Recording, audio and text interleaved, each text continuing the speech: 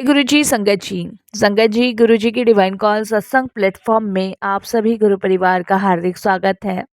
शुक्राना गुरु जी महाराज का कि उन्होंने ये सेवा मुझे दी कि मैं आप सभी गुरु परिवार के समीप आके गुरु जी के कल्याण, महिमा, अनुभव का वर्णन कर पा रही हूँ। अनंतम शुक्राना मेरे गुरु जी महाराज का। संगत जी, आज का जो सत्संग मैं आपके साथ शेयर कर रही हूँ, सैली आंटी का सत्संग है। ये बहुत प्यारा सत्संग है, ब्लेसिंगफुल सत्संग है। तो मेरी विनती है आप सभी गुरु परिवार से कि आप सत्संग को अंत तक सुने, ध्यान से सुने, पूरा सुने। सत्संग का मतलब होता है सत्य का संग, और सत्संग की प्राप्ति हमें जब ही होती है जब गुरु कृपा होती है। तो हम सभी बड़े भाग्यशाली हैं कि हम पे गुरु कृपा हुई और हमें सत्संग सुनने का और शेयर करने का सौभाग्य प्राप्त हुआ। साथ संगत जी, जब हम सत्संग को सुनते हैं बड़ी श्रद्धा भाव से, तो उस समय गुरु जी की अनंत ब्लेसिंग्स का अभ्यास हमें होता है। तो इसीलिए संगत जी, जब भी हम गुरु जी का सत्संग सुनते हैं तो उसमें हम सभी का कल्याण होता है। जब गुरु जी महाराज फिजिकल फॉर्म में थे तो उनका यही कहना था कि सत्संग सुनने वाले का भी कल्याण और सत्संग करने वाले का भी कल्याण। यकीनन संगत जी, आज जो हम खुली हवा में सांसें ले रहे हैं, अच्छी ज़िंदगी जी रहे हैं, अपने सारे दुखों को इतने आराम से काटते जा रहे हैं, या फिर कोई परेशानी आने से पहले ही गुरुजी हमें सतर्क कर देते हैं, तो वो सब गुरुजी की कृपा से, उनकी अनंत ब्लेसिंग्स हम लोगों के साथ सदैव रहती ही रहती है। संगत जी, जैसे हम लोगों के साथ कोई और ही शक्ति जो होती है, जो हमारे इर्द गिर्द सिर्फ घूमती है, जिसे सिर्फ हम महसूस कर सकते हैं, देख नहीं सकते हैं, वही शक्ति हमारे साथ चलती है जो कि गुरुजी महाराज की होती है। मैं एक छोटे से एग्जाम्पल से समझाती हूँ। सपोज करो, मानो एक गड्ढा है और उस समय हम बिल्कुल देख ही नहीं पा रहे उस गड्ढे में, और अचानक से हम उसमें गिरने वाले होते हैं और ऐसा लगता है कि कोई हमें बचा लेता है। तो संगत जी, वो बचाते गुरुजी हैं। वो हमें गड्ढे में गिरने से पहले ही हमें रोक देते हैं, हमारा हाथ थाम लेते हैं, या हमें हिंट दे देते हैं कि सामने गड्ढा है, इसमें गिर सकते हो। तो ये एक ऐसा गुरुजी का आशीर्वाद और ब्लेसिंग्स होती है जो हमारे साथ हमेशा रहती है, और ये एक ऐसी शक्ति है जिसे महसूस किया जा सकता है, देखा नहीं जा सकता। वैसे तो गुरुजी महाराज के संगत जी बहुत सारे तरीके हैं अपनी संगत को ब्लेस करने के। उनमें से कुछ तरीके सत्संग सुनना और शेयर करना भी है। तो इसीलिए मैं आप सभी से रिक्वेस्ट करती हूँ, बिना स्किप किए आप बड़ी श्रद्धा भाव से सत्संग को सुनिए। घर बैठे गुरुजी आपको ब्लेस कर रहे हैं। घर बैठे कितने कष्ट आपके काट रहे हैं आपको नहीं पता, ये गुरुजी महाराज जाने। हमें तो सिर्फ गुरुजी की ब्लेसिंग्स लेनी है।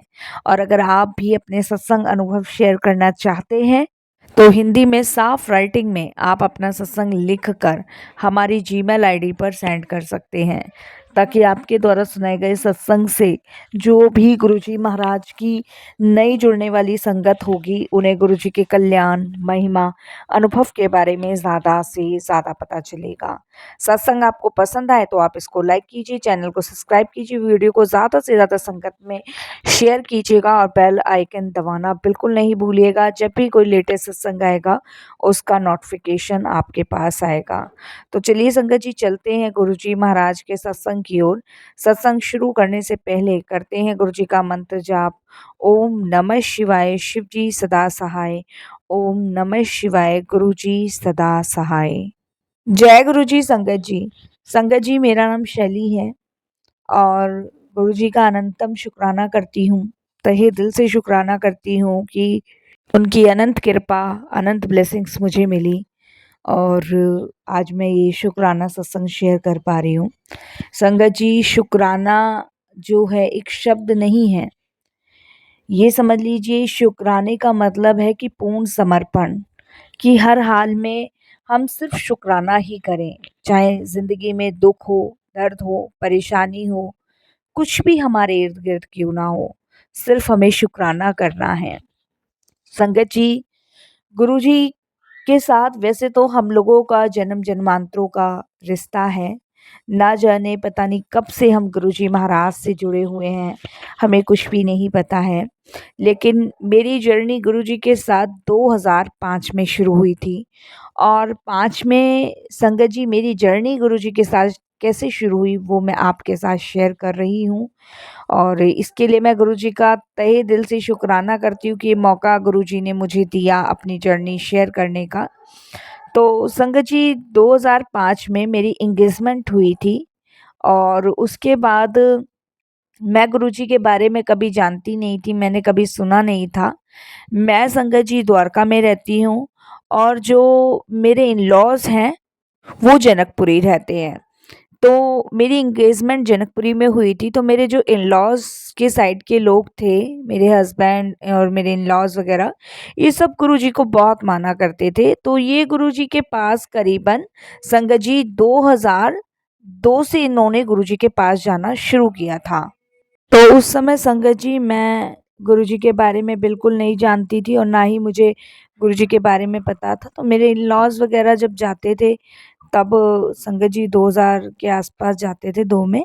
तो जब मेरी एंगेजमेंट हुई 2005 में, तो एंगेजमेंट होने के बाद ये एंगेजमेंट भी गुरुजी की कृपा से ही हुई, क्योंकि मेरे हस्बैंड की पहले एंगेजमेंट कहीं और हुई थी। तो वो गुरुजी की पता नहीं क्या इच्छा थी, क्या मर्ज़ी थी, तो वो एंगेजमेंट कैंसल हो के और ये जो एंगेजमेंट हुई थी, जो मेरे हस्बैंड ने गुरुजी को बताई थी, तो उसके लिए गुरुजी की आज्ञा ही थी, तभी एंगेजमेंट हुई।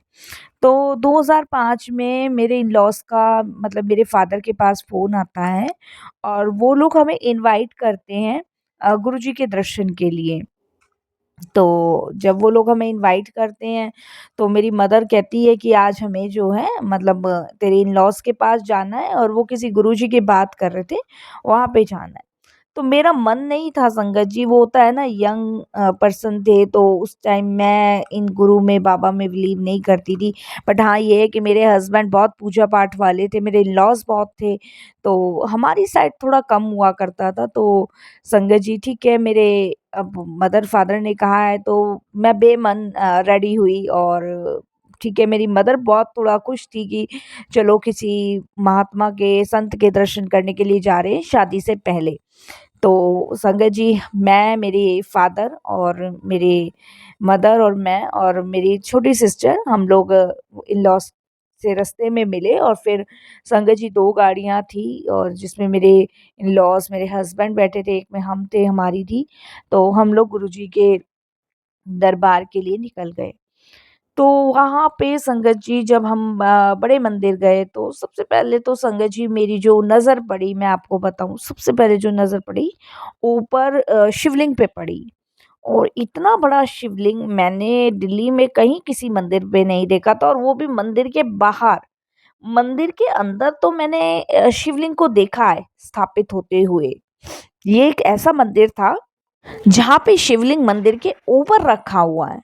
तो ये मेरे लिए बड़ी अजीब-सी चीज़ थी, पर ठीक है, गाड़ी पार्किंग में लगाई और हम लोग अंदर की साइड गए और मैं, मेरे हस्बैंड गुरुजी के चरणों में बैठे और मेरी नज़र गुरुजी पे से हट ही नहीं रही थी। मैंने कहा ये कैसे मतलब बाबा जी हैं और कैसे संत हैं और वो होता है ना मन में क्वेश्चंस बहुत चल जाते हैं। इंसान है तो दिमाग ज़्यादा ही चलाते हैं और ये नहीं पता होता कि ईश्वर के यहाँ पे दिमाग का कोई काम ही नहीं है। परमात्मा तो सब जानता है। मनुष्य कभी इन चीज़ों से, हरकतों से बाज आता ही नहीं है। तो वही दिमाग मेरा चल रहा था। बट मेरे गुरुजी, मेरे वो भोले भंडारी महाशिव एक-एक बात मेरे मन की पढ़ रहे थे। तो उसके बाद गुरुजी को मतलब मेरे इन-लॉज़ ने बताया कि गुरुजी ये कुड़ी है और एंगेजमेंट इसी के नाल ही हुई सी। तो गुरुजी कहते चंगी कुड़ी सी और अब ब्याह कराना सी। तो गुरुजी इस तरीके से मतलब पूछते हैं तो वहाँ बड़े-बड़े लोगों की बातें होती है गुरुजी से। उसके बाद गुरुजी एक नज़र मुझे देखते हैं और फिर इधर-उधर देखने लग जाते हैं। और उसके बाद बस मुझे ऐसा लगा जैसे मतलब अट्रैक्टिव सी मैं हो रही थी गुरुजी के दरबार में। तो अच्छा लगा, मतलब कुछ टाइम तक तो मेरा दिमाग चला, फिर वो दिमाग ऑलमोस्ट अपने आप शांत हो गया और शांत होने के बाद मतलब मुझे वहाँ अच्छा लगा। और मेरे फादर को भी गुरुजी ने कहा कि आंधे रहा करो। तो उस समय संगत जी मेरे फादर को शुगर था। और हमें ये बिल्कुल नहीं पता था कि मेरे फ़ादर को मतलब गुरुजी के दरबार में बीमारियों के रोग भी दूर होते हैं। तो उस टाइम गुरुजी ने मेरे फ़ादर को मुट्ठी भर के जलेबी प्रसाद खाने को दिया था। तो मैं और मेरी मदर डर रहे थे कि इनको शुगर है और भई इतना मीठा खाएँगे तो बड़ी प्रॉब्लम हो सकती है। बट मेरे फादर भी जो थे वो अवॉइड ही कर रहे थे। तो मेरे इन-लॉज़ बोलते कि नहीं, नहीं खा लो ये प्रसाद है, दवाई है तुम्हारी, खा लो, खा लो। तो दवाई है, ये कैसी दवाई है समझ नहीं आ रहा। तो मेरे फादर ने ठीक है, इन-लॉज़ ने कहा है ठीक है भई किसी की बात भी मानते। मेरे फादर ने वो जलेबी प्रसाद खा लिया और खा के हम लोग घर आ गए। गुरुजी की आज्ञा लेके गुरुजी ने कहा आंदे रहना। तो जब घर पहुँचे संगत जी तो मैंने फादर को कहा कि आप सबसे पहले अपना शुगर चेक कराओ। तो संगत जी शुगर चेक किया तो शुगर बिल्कुल नॉर्मल था फादर का मेरे। तो काफ़ी अच्छा लगा और मैंने कहा अरे! शुगर नॉर्मल है ये तो बड़ी कमाल की बात है, नहीं तो पापा तो ज़रा-सा भी कुछ मीठा खाते थे तो शुगर बड़ा हाई हो जाता था। और शुगर की वज़ह से तो कभी-कभी ऐसा हो जाता था कि उनकी हालत बहुत ख़राब हो जाती थी, तो हॉस्पिटल भी एडमिट करना पड़ता था। बट यहाँ पे भी गुरुजी की कृपा रुकी नहीं। मेरे हस्बैंड से मेरी लगातार फ़ोन पे बात होती थी, तो वो अक्सर कभी-कभी गुरुजी का ज़िक्र छेड़ा करते थे। तो पहले तो जब बातें होती थी तो मैं सुनती थी तो मुझे बड़ा बोर सा लगता था। बट अब क्या होता था जब मैं गुरुजी के दरबार से हो आई थी, तो मुझे अच्छा-सा लगने लगा। तो मेरे हस्बैंड मुझे पूछते थे जब एंगेजमेंट हुई थी कि कहीं घूमने चलना है, हम लोगों ने ये डिसाइड किया है। तो मेरा सबसे पहला यही होता था कि चलो गुरुजी के दरबार चलते हैं। तो हम गुरुजी के दरबार हो आते थे, गुरुजी की ब्लेसिंग्स मिलती थी, अच्छा लगता था काफ़ी, इस तरीके से जाना-आना लगा रहा। और संगत जी गुरुजी की कृपा से गुरुजी महाराज की ब्लेसिंग से हम लोगों की शादी 2005 में 27 नवंबर को हो गई। जब 27 नवंबर को हमारी शादी हुई तो गुरुजी ने हमें काफ़ी ब्लेसिंग्स दी, हमें ब्लेस करने भी आए और गुरुजी की कृपा से बहुत अच्छी शादी हुई और सभी लोग मतलब गुरु परिवार की संगत के भी आए और गुरुजी की अनंत ब्लेसिंग्स हुई वहाँ पे। तो शादी के बाद संगत जी हम लोगों ने डिसाइड किया कि हम लोग हनीमून पे बाहर मतलब जाएँगे और हमारा जो प्लान था वो संगत जी कश्मीर का था। तो बट गुरुजी की लीलाएँ, गुरुजी की कृपा कुछ और ही है। कहते हैं ना कि गुरुजी आपको उस जगह से बचाते हैं, जहाँ पे कोई गड्ढा होता है, खतरा होता है, गिरने से रोकते हैं, जहाँ कोई हादसा होने वाला होता है। तो हम लोगों ने सोचा था कि हम गुरुजी की आशीर्वाद लेके, उनकी आज्ञा लेके कश्मीर के लिए रवाना होंगे। तो हमारी फ्लाइट थी। तो संगत जी, मैं, मेरे हस्बैंड गुरुजी का आशीर्वाद के लिए पहुँचे। तो हमारी फ्लाइट संगत जी जो टाइम हमारी फ्लाइट का था, वो 4:45 का था। तो हम लोग गुरुजी से पहले ही मिलने चले गए थे, तो अंकल को बोलते थे तो गुरुजी मिल लेते थे हम लोगों से। तो संगत जी जब हम गुरुजी के दरबार गए तो संगत जी गुरुजी ने हमें बैठा लिया। बैठाने के बाद गुरुजी ने वहाँ शबद बानी लगा रखे थे तो गुरुजी ने हमें 2 पाठ दिए करने को। तो वो भी शबद गुरुबानी में से थे मेरे को मेरे हस्बैंड को। तो वो पाठ में से संगत जी एक था कि जागो मन मेरे और एक था बैठो मन मेरे। ठीक है, ये 2 किसी शब्द में से उन्होंने निकाल के दिए और हमें उसे पाठ करने को कहा। वो हमने करना वहाँ शुरू कर दिया। तो मेरे हस्बैंड और मैं एक-दूसरे को देख रहे थे कि भई फ्लाइट का टाइम है, हम लोगों को निकलना है। बट गुरुजी ने हमें उस टाइम तक नहीं निकलने दिया और उसके बाद संगत जी हमारी फ्लाइट जो थी, वो निकल चुकी थी। हम जब तक गुरुजी के पास बैठे थे कि जब तक गुरुजी की आज्ञा नहीं मिलेगी। अच्छा मेरे और मेरे हस्बैंड के बीच में एक चीज़ थी कि हम गुरुजी की आज्ञा को आज्ञा ही मानते थे, कभी उनकी आज्ञा का उल्लंघन नहीं करते थे। तो हमें कोई इतना फ़ील नहीं हुआ कि हमारी फ्लाइट निकल गई, बिल्कुल भी नहीं हुआ क्योंकि हमें ये पता था क्योंकि हम इतने मंदमुग्ध गुरुजी के ध्यान में हो चुके थे कि हमें कोई फ़र्क नहीं पड़ा। बट हाँ, ये कि एक पल को मेरे और मेरे हस्बैंड के दिमाग में आया ज़रूर, फिर हम एकदम से किसी और ही दुनिया में खो गए। उसके बाद शाम को सत्संग समापन होके गुरुजी ने हमें 10:30 बजे आज्ञा दी। 10:30 बजे हम लोग बाहर निकले। अब मैंने अपने हस्बैंड से कहा कि भई फ्लाइट तो निकल गई होगी, अब क्या किया जाए? तो मेरे हस्बैंड कहते कि कुछ नहीं करना, घर चलते हैं। तो हम लोग घर पहुँचे, तो मेरे इन-लॉज़ ने पूछा कि अरे! तुम लोग गए नहीं? तुम तो गुरुजी से आज्ञा लेके जाने वाले थे। तो मेरे हस्बैंड ने कहा नहीं, गुरुजी ने हमें रोक लिया तो हमारी फ्लाइट जो है मिस हो गई। और मेरे इन-लॉज़ कहते हैं कि ठीक है, कोई बात नहीं, शायद गुरुजी की यही आज्ञा होगी, पता नहीं कौन-सा कष्ट गुरुजी ने काटा है। तो संगत जी, हम जब भी गुरुजी के पास गए, हमने गुरुजी को मतलब समर्पण ही किया है, कभी हमने तर्क-वितर्क नहीं किया। तो उसी टाइम संगत जी मतलब हम लोगों ने मतलब अपनी पैकिंग का सामान वगैरह रखा और हमने सोचा कि चलो कोई नहीं, नेक्स्ट वीक हम देखेंगे, फिर अभी नहीं जाते। और तो फिर हमने संगत जी लंगर करके आए थे, तो मेरे हस्बैंड ऐसे ही टीवी चला के देखने लगे। तो टीवी में संगत जी एकदम से खबर आती है कि कश्मीर में आतंकियों का हमला हुआ है। और वहाँ पे कुछ टेररिस्टों ने कुछ टूरिस्टों को मतलब गोली से भून दिया है, जो भी टूरिस्ट वहाँ पे गए थे। और मतलब वहाँ पे जिस होटल में हमने अपनी बुकिंग कराई थी, उस होटल में भी टेररिस्टों ने कुछ टूरिस्टों को मारा है। तो देखिए कैसे गुरुजी ने हमें वहाँ से मतलब बिठाया और कैसे गुरुजी ने हमारा जो सफ़र था वो डिले किया, रोक दिया, क्योंकि गुरुजी ने आगे तक का देख लिया था। क्योंकि गुरुजी को पता था कि वहाँ पे ऐसा हमारे साथ भी हो सकता है, तो गुरुजी ने एक तरीके से ये कह लीजिए कि हमारे प्राणों की रक्षा करी या हमें नई लाइफ ब्लेस कर दी, या फिर शायद हम वहाँ जाते तो हमारे साथ भी ये सब हो सकता था। तो हम शुक्राना करते हैं ना गुरुजी का, बहुत करते हैं। क्योंकि संगत जी, हमें नहीं पता होता कि गुरुजी कब हमें कहाँ कैसे बचा रहे हैं। ये गुरुजी जानते हैं, हमें कुछ नहीं पता। हमें लगता है कि हाँ, ऐसा हुआ है तो ऐसा नहीं होना चाहिए था। लेकिन हमें ये नहीं पता होता अगर ऐसा नहीं हो रहा तो उसमें भी कुछ अच्छा ही होता है। तो नेक्स्ट डे संगत जी, जब मेरे इन-लॉज़ और हम शुक्राना करने गुरुजी का गए, तो गुरुजी ने ये बात मतलब मेरे इन-लॉज़ को कहा, और तेरे मुंडे की जान बचा दी मैंने। तो संगत जी, हमने मतलब बड़े नम आँखों से हमने गुरुजी का बेहद शुकराना किया वहाँ पे कि हाँ जी गुरुजी, अब जो भी है आप ही की कृपा है। तो उसके बाद संगत जी गुरुजी के पास जाना-आना हमारा कंटिन्यू था ही, मतलब एक वो कहते हैं ना समर्पण, अच्छा लगता था गुरुजी के पास जाना। तो इस तरीके से हमारी जर्नी गुरुजी के साथ बहुत लंबी चली। गुरुजी की अनंत ब्लेसिंग्स, अनंत कृपा हम लोगों पे हुई।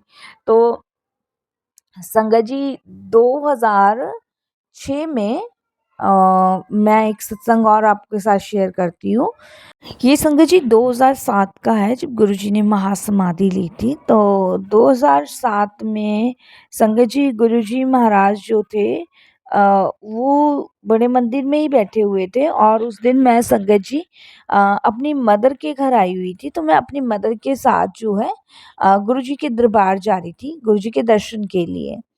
तो रास्ते में मुझे फ़ोन आता है मेरे इन-लॉज़ का कि तुम फटाफट से घर आ जाओ, और गौरव को जो है पता नहीं क्या हो गया है और हम उसको ना हॉस्पिटल ले जा रहे हैं।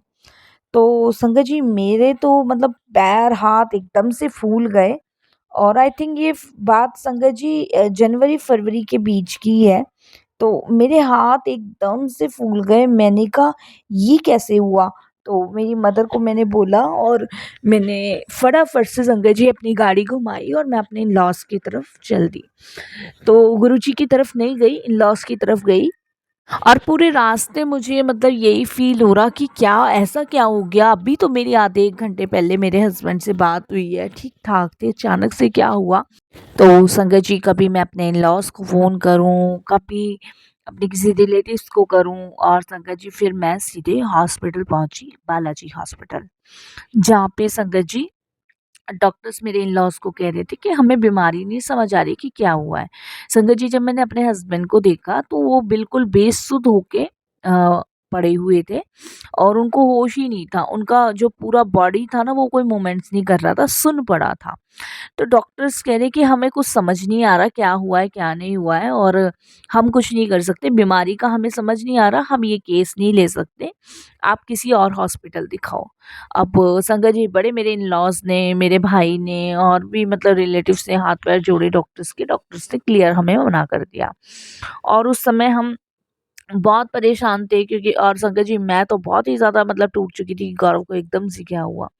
फिर उसके बाद संगत जी, हम लोग जो है अपने गौरव को लेके संगत जी गंगाराम हॉस्पिटल पहुँचे। गंगाराम हॉस्पिटल जब हम वहाँ पहुँचे तो उन्होंने भी हमें मना कर दिया। उन्होंने कहा कि हमें बीमारी नहीं समझ आ रही, हम क्या करें, क्या नहीं करें।